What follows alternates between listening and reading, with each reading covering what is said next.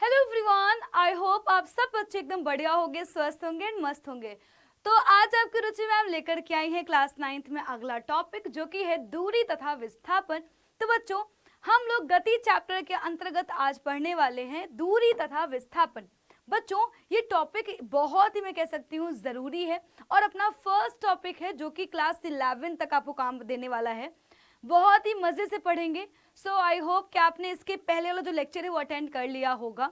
तो बच्चे, हमने स्टार्ट किया था गति चैप्टर और इसमें हमने ये जान लिया था पिछली क्लास में कि आखिरकार गति क्या होती है।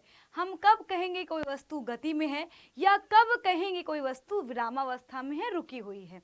बच्चे, हमारे सिलेबस में सरल रेखीय गति है, तो आज की क्लास में हम लोग ये भी समझेंगे कि सरल रेखीय गति आखिरकार होती क्या है। इसके बाद बच्चे हमारे अगले टॉपिक हैं एक समान गति, दिशा के साथ चाल, वेग में परिवर्तन की दर और ग्राफी निरूपण। इसको हम आगे क्लासेस में पढ़ते रहेंगे। सो स्टार्ट करेंगे बच्चों। तो सबसे पहले तो आप सब लोग देख के बताओ कि ये ट्रेन कैसे चल रही है। जल्दी से देख के बताओ बच्चे, ये ट्रेन कैसे चल रही है। तो आप कहोगे मैम ये जो ट्रेन है वो तो एक सीधी पटरी पर चल रही है। अच्छा बच्चों, अगर आप लोग ध्यान से देख पा रहे हो, देखो आप लोगों ने गणित में पढ़ा होगा, एक होता है एक्स एक्सिस और एक होता है वाई एक्सिस। तो जब हम लोग के लिए ऐसे चल रहे हैं तो हम लोग क्या बोलते हैं, मान लो हम लोग जमीन पर चल रहे हैं तो ये क्या है, ये हो गया एक्स एक्सिस, है ना। अगर मान लो तुमने किसी वस्तु को हवा में फेंका, हवा में चल रहे हैं, सीधे हवा में चलते बच्चों, ये क्या हो गया, ये हो गया वाई एक्सिस, है ना।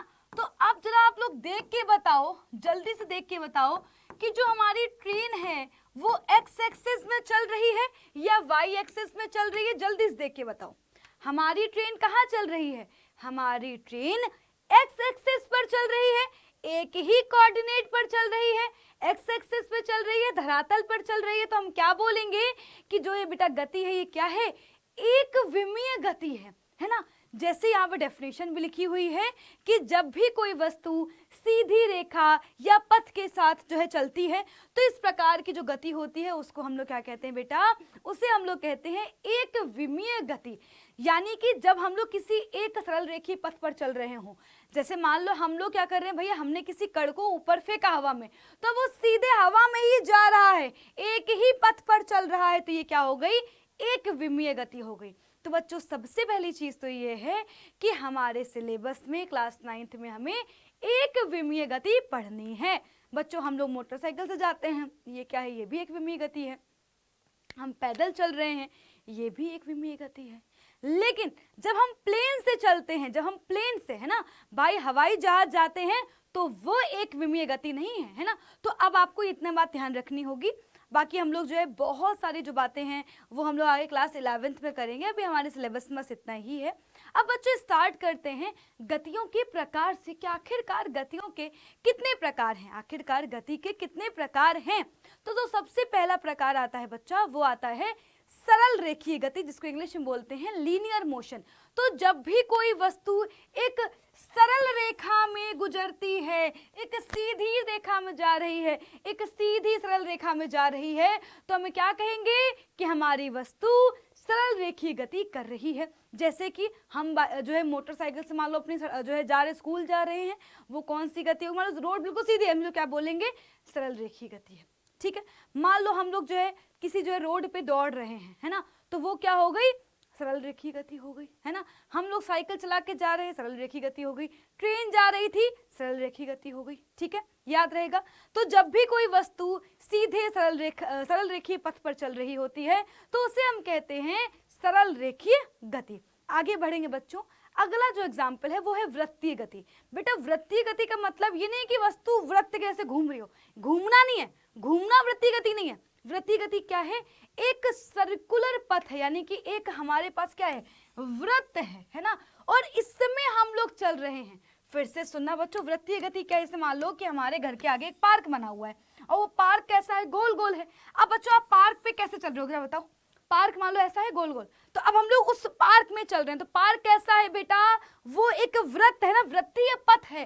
तो जब कोई वस्तु, आप ऐसे तो चल रहे होगे ना, ऐसे तो चल रहे होगे, तो जब कोई वस्तु वृत्तीय पथ पर चल रही होती है, जैसे बच्चों अगर आपने कभी ध्यान दिया हो घड़ी की सुइयां है ना, तो बेटा घड़ी हमारी कैसी है, गोल है। उससे देखो अब अगर तुम किसी भी मान लो इस जो है मिनट वाली सुई को देखो, तो बेटा देखो ये ऐसे ऐसे चल रही है ना, ऐसे ही तो चल रही है, ऐसे ही तो चल रही है, बार बार ऐसे ही चल रही है, यानी कि एक सर्कुलर पथ पर चल रही है।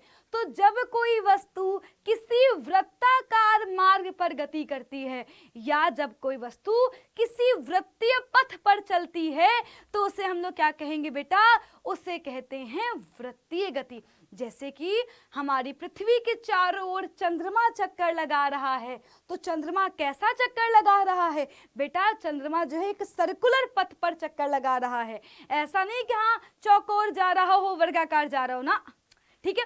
जैसे सूर्य के चारों ओर पृथ्वी और बाकी ग्रह चक्कर लगा रहे हैं, है ना। घड़ी के सुइयों गति, कोल्हू चलाते हुए बैल, कभी आपने देखा होगा ना कि जब जो है गन्ने के रस को निकाला जाता है या फिर जब उसको पकाया जाता है, गुड़ बनाते हैं, तो आपने कभी ध्यान दिया हो तो जो कोल्हू के बैल होते हैं, जो बच्चे गांव से बिलोंग करते हैं उन्हें पता भी होगा, तो जो बैल होते हैं वो एक सर्कुलर पथ पर चल रहे होते हैं, वृत्ताकार मार्ग पर घूम रहे होते हैं, चल रहे होते हैं। तो बेटा हम क्या कहेंगे, ये सब वृत्तीय गति के उदाहरण हैं।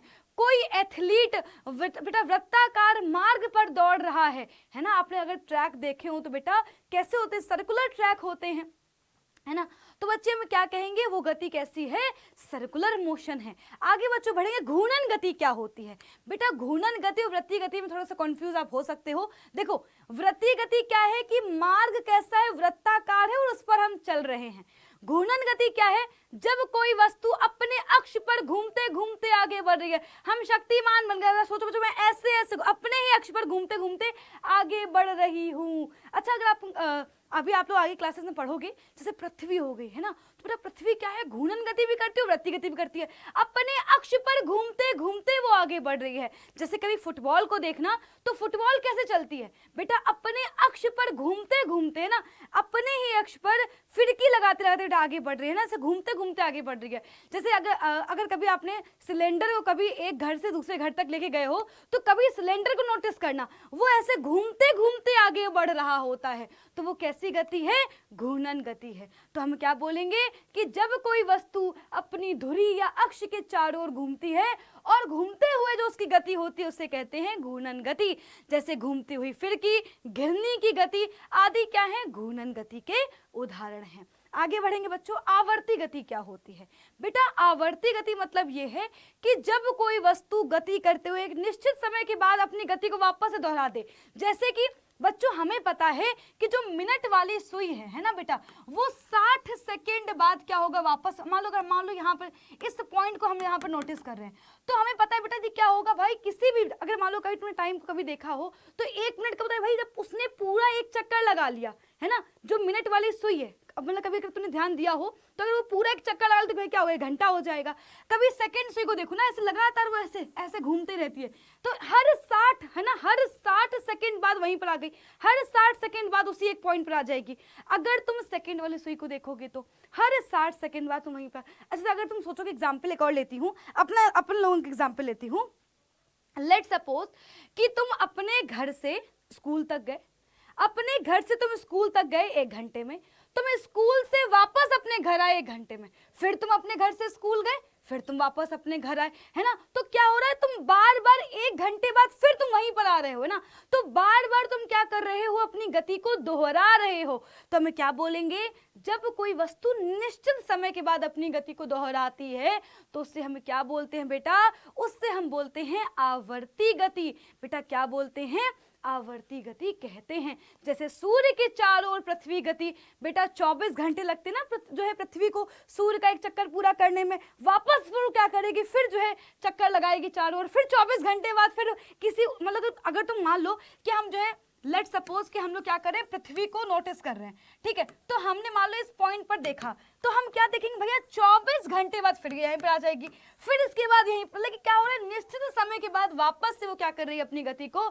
दोहरा रही है, तो उसे क्या बोलेंगे, आवर्ती गति कहेंगे। ठीक है बच्चों, इसके बाद है दोलन गति। बेटा दोलन गति देखो, दोलन गति और आवर्ती गति में डिफरेंस है। आवर्ती गति क्या है कि निश्चित समय के बाद अपनी गति को दोहराना, वापस से दोहराना, ठीक है। जैसे मान लो अगर मैं अपनी उंगली बोलूं, देखो मैं फिर वहीं पर, है ना, निश्चित समय के बाद मैं फिर वहीं पर लेके आ गई, तो ये क्या हो गई, आवर्ती गति हो गई। दोलन गति क्या है, मध्य बिंदु के बेटा जी क्या हो, दोनों ओर हम लोग क्या कर रहे हैं, गति कर रहे हैं ना, कि कोई मान लो कोई स्थिर बिंदु है या मध्य बिंदु है या मध्य स्थिति है, उसके दोनों ओर हम लोग क्या कर रहे हैं, सरल रेखा में गति से झूला झूल रहे हैं। देखो ध्यान से, ये क्या है, दोलन गति है ना, पहले ऐसे जाएंगे फिर ऐसे आएंगे फिर ऐसे जाएंगे फिर ऐसे आएंगे, तो ये मध्य बिंदु है, उसके जो दोनों ओर क्या कर रहे हैं बेटा जी, हम लोग गति कर रहे हैं। जैसे बच्चों आपने बेटा देखा होगा पेंडुलम, घड़ी में पेंडुलम लगा होता है, तो वो क्या करेगा, वो पहले यहाँ पर जाएगा, है ना, फिर यहाँ पर आएगा, फिर यहाँ पर जाएगा, फिर यहाँ पर आएगा, तो यानी वो क्या कर रहा है, मध्य बिंदु के दोनों ओर गति कर रहा है।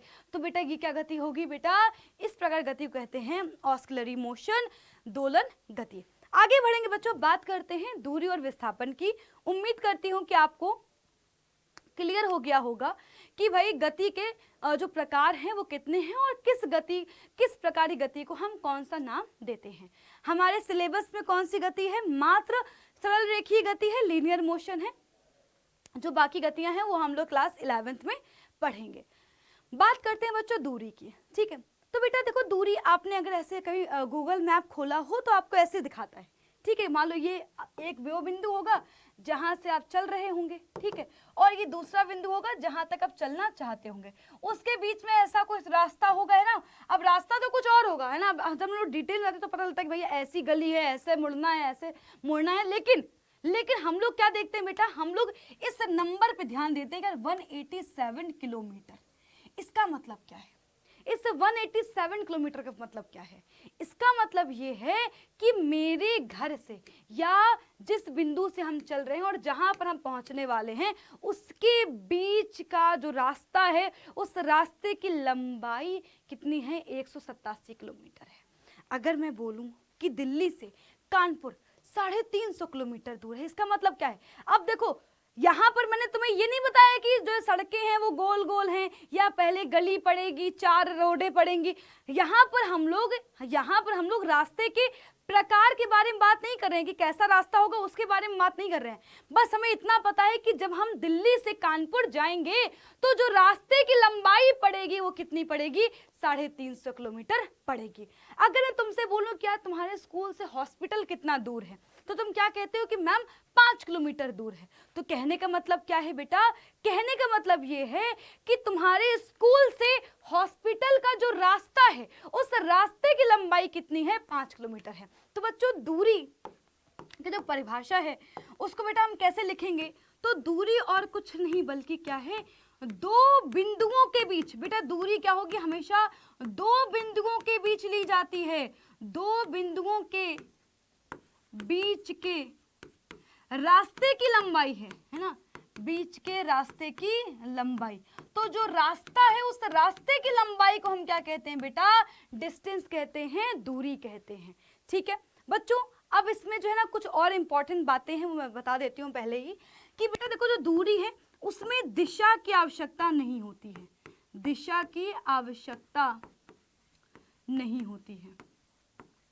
यानी कि तुमने मुझसे ये नहीं पूछा कि मैम अगर हमें दिल्ली से कानपुर जाना है तो किस रास्ते से जाना है, किस डायरेक्शन, तुमने मुझसे ये नहीं पूछा। अगर मैंने बोला कि दिल्ली से कानपुर 350 किलोमीटर है तो इसका मतलब जो रास्ता है उस रास्ते की लंबाई, दैट्स इट, बाकी दिशा के बारे में कोई बात नहीं हो। तो हम लोग क्या बोलेंगे कि दूरी में दिशा की आवश्यकता नहीं होती है। दूरी का बेटा जो मात्रक होता है वो क्या होता है बेटा, दूरी का मात्रक मीटर होता है। क्या होता है बेटा, मीटर होता है, ठीक है बच्चों।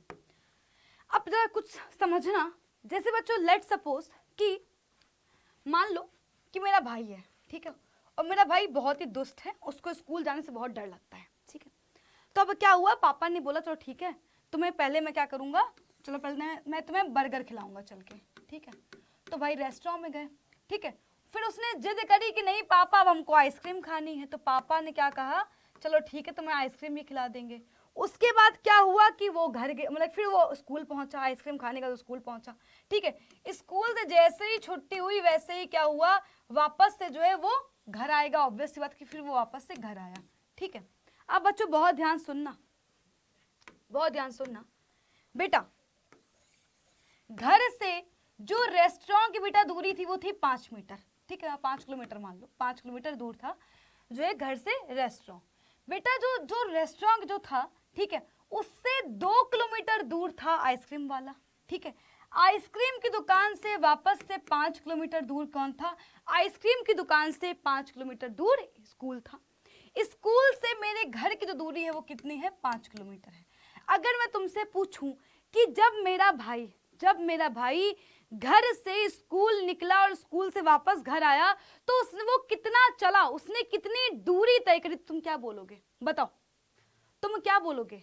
तुम जो है जितना उसने चला है उस पूरे रास्ते को जोड़ोगे। दूरी क्या होती है? वस्तु जितना रास्ता तय कर रही है उससे पूरे रास्ते की लंबाई है दूरी। दूरी क्या है बेटा?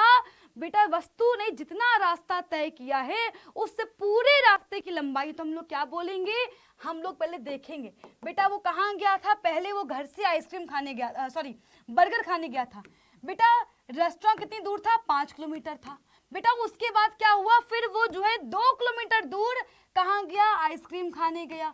उसके बाद फिर वो उस आइसक्रीम से वो बेटा जी स्कूल गया 5 किलोमीटर। उसके बाद बच्चों वापस से क्या हुआ कि वापस से बच्चों वो जो है स्कूल से घर आया और स्कूल से घर कितनी दूर था? 5 किलोमीटर दूर था। तो उसने दूरी कितनी तय करी? 5 5 10 5 15 15 2 17 किलोमीटर। यानी कि मेरे भाई के द्वारा तय की गई जो दूरी है वो कितनी हो गई? 17 किलोमीटर हो गई। उसने इतना पूरा रास्ता तय। बेटा दूरी क्या है? वस्तु जो रास्ता तय कर रही है, जिस रास्ते से जा रही है, जहां जहां वो जा रही है, उससे पूरे रास्ते की जो लंबाई होगी उसे क्या बोलेंगे? दूरी बोलेंगे। अब जरा विस्थापन को समझना, विस्थापन को समझना। इसके बाद वापस से उसी एग्जाम्पल पे आऊंगी। बच्चों लेट सपोज कि ये स्कूल है और ये मेरा घर है। अब बच्चों पहले मैं ऐसे जाती हूँ, फिर ऐसे जाती हूँ, फिर ऐसे जाती हूँ, फिर ऐसे जाती हूँ, फिर ऐसे जाती हूँ। तो बेटा ये क्या हो गया भाई? जो रास्ता मैं तय कर रही हूँ उस रास्ते की लंबाई है दूरी। तो बच्चों ये क्या हो गई? दूरी है। जो रास्ता, जिस रास्ते से मैं होकर गई वो रास्ते की जो लंबाई है उसे हम क्या बोलेंगे? दूरी बोलेंगे। विस्थापन क्या हो? ध्यान से सोचो, देखना। मेरे घर से मेरे स्कूल के बीच का सबसे छोटा रास्ता कौन है बच्चों? सबसे छोटा रास्ता, सबसे छोटा रास्ता बेटा कौन है? तो सबसे छोटा रास्ता ये है, सीधा सीधा है। तो बच्चों ये क्या होगा? ये होगा विस्थापन। ठीक है बच्चों, ये क्या होगा? विस्थापन। यानी कि दो बिंदुओं के बीच, बेटा दो बिंदुओं के बीच न्यूनतम दूरी, जो सबसे छोटी दूरी होती है उसे बोलते हैं विस्थापन। और बच्चों इसको ऐसे भी दर्शाते हैं बेटा जी, इसको हम लोग ऐसे भी दर्शाते हैं, अंतिम स्थिति माइनस प्रारंभिक स्थिति, है ना।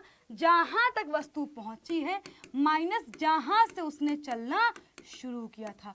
अंतिम स्थिति माइनस प्रारंभिक स्थिति। ठीक है। अब जरा बच्चों आप लोग पहले इस एग्जाम्पल में बताओ। देखो ये बेटा जी पूरा एक रास्ता है, ठीक है, पार का रास्ता है, और ये है साइकिल सवार। अब बेटा साइकिल सवार को यहां से चलना और यहां पर पहुंचना है, ये एंड है, ठीक है। तो ध्यान से देखो, वो पहले ऐसे गया, ऐसे गया, ऐसे गया, ऐसे गया, ऐसे गया, ऐसे गया, यहां तक गया। तो जो इसने पूरा रास्ता तय किया है, जिस रास्ते से वो जो ये पूरा रास्ता है, इस पूरे रास्ते की जो लंबाई है वो क्या है बेटा? वो है दूरी। इससे पूरे रास्ते की जो लंबाई है वो क्या है? दूरी है। अब जरा ध्यान से देखो, जहां वो पहुंचा है और जहां से उसने चलना शुरू किया था, जो सबसे बेटा जो ये सबसे छोटा रास्ता बेटा ये क्या होगा? ये होगा डिस्प्लेसमेंट। बच्चों ये क्या होगा? विस्थापन होगा। सबसे छोटा रास्ता क्या होगा? विस्थापन होगा। अब जरा देख के बताओ, इसमें तुम देख के बताओ, मेरा भाई घर से स्कूल गया, स्कूल से घर आया, तुम मुझे बताओ कि इसका विस्थापन क्या है? सोच के बताओ। मेरा भाई घर से स्कूल गया और स्कूल से वापस घर आया, विस्थापन क्या है? जल्दी बताओ क्या विस्थापन है? क्या है विस्थापन? तुम में से कुछ बच्चे कंफ्यूज हैं, ध्यान से सुनना। प्रारंभिक स्थिति, मेरा भाई घर से ही चला था, घर से वो आइसक्रीम खाने गया, बर्गर खाने गया, स्कूल पहुंचा, स्कूल से वो वापस घर आया। अगर तुम ध्यान से देखो तो बेटा जी, तुम अगर ध्यान से देखो तो वो जहां से चला था वहीं पर आ गया। मैं अपने घर से सुबह निकली और वापस से ही अपने घर पे आ गई। स्कूल से मैं अपने घर से स्कूल गई, वापस अपने घर आ गई। अंतिम स्थिति भी वही है, प्रारंभिक स्थिति भी वही है। विस्थापन क्या होगा? 0 होगा। बेटा डिस्प्लेसमेंट क्या होगा? 0 होगा। दूरी तो मेरी 17 किलोमीटर पर, बेटा विस्थापन क्या होगा? 0 होगा। अब अगर तुम सोचो बच्चों, अगर मैं आपसे पूछूं कि पहले मेरा भाई गया था घर से बर्गर खाने, बर्गर के बाद बेटा आइसक्रीम खाने गया, फिर वो स्कूल गया, ठीक है। अब अगर मैं तुमसे दूरी और विस्थापन दोनों पूछूं तो बेटा क्या होंगे? तो सोचो, पहले मेरा भाई कहाँ गया? घर से बर्गर खाने गया 5 किलोमीटर, ठीक है। उसके बाद वो कहाँ गया बेटा? उसके बाद वो आइसक्रीम खाने गया, +2 7 किलोमीटर, प्लस बेटा जी फिर वो क्या हुआ? वो बेटा जी वापस से कहाँ बोलते हैं अपने स्कूल गया, 7 5 12 किलोमीटर। दूरी कितनी है? 12 किलोमीटर है। पर घर से स्कूल के बीच जो सबसे छोटा रास्ता है ना, वो कितना है? 5 किलोमीटर दूर है। तो हमें क्या बोलेंगे? दूरी तो 12 किलोमीटर है पर विस्थापन कितना है? 5 किलोमीटर है। यानी कि बेटा विस्थापन क्या होता है? दो बिंदुओं के बीच सबसे न्यूनतम दूरी, जो सबसे छोटा रास्ता होता है बेटा, उसे बोलते हैं विस्थापन। बच्चों आपके लिए एक चैलेंजर क्वेश्चन है, अगली क्लास में बच्चों मैं इसके बारे में और बातें करने वाली हूं। और बेटा उसका मैं वृत्तीय गति को थोड़ा सा डीप में पढ़ाऊंगी, क्योंकि बच्चों वृत्तीय गति के बारे में हम लोग ध्यान से पढ़ेंगे, क्योंकि अगली क्लास में ही मैं आपको प्रॉपर बताऊं कि कैसे वृत्तीय गति में दूरी निकालते हैं, विस्थापन निकालते हैं। और प्लस बच्चों दूरी और विस्थापन में क्या अंतर होता है ना, उसको भी नोट कर लेंगे अपनी अगली क्लास में, ताकि आपको जो है पुरानी क्लास का रिवीजन भी हो जाएगा। तो चैलेंजर क्वेश्चन ये है कि मैं सुबह 6:15 बजे घर से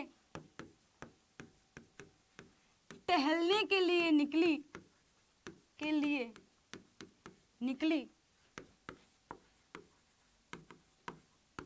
और 6:30 बजे घर वापस आ गई।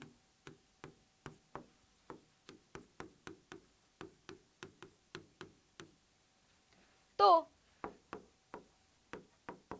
विस्थापन का मान कितना है? मैं सुबह 6:15 बजे अपने घर से टहलने के लिए निकली और 6:30 बजे वापस घर आ गई। आपको कमेंट करके बताना है कि विस्थापन का मान कितना है। अगली क्लास में हम दूरी और विस्थापन में अंतर देखेंगे, साथ ही साथ वृत्तीय गति में दूरी और विस्थापन को निकालना सीखेंगे। तो मिलेंगे अगली क्लास में। कमेंट करके बताना है क्लास कैसी लगी है। तब तक के लिए बाय बाय, टेक केयर, ख्याल रखो अपना, बाय बाय।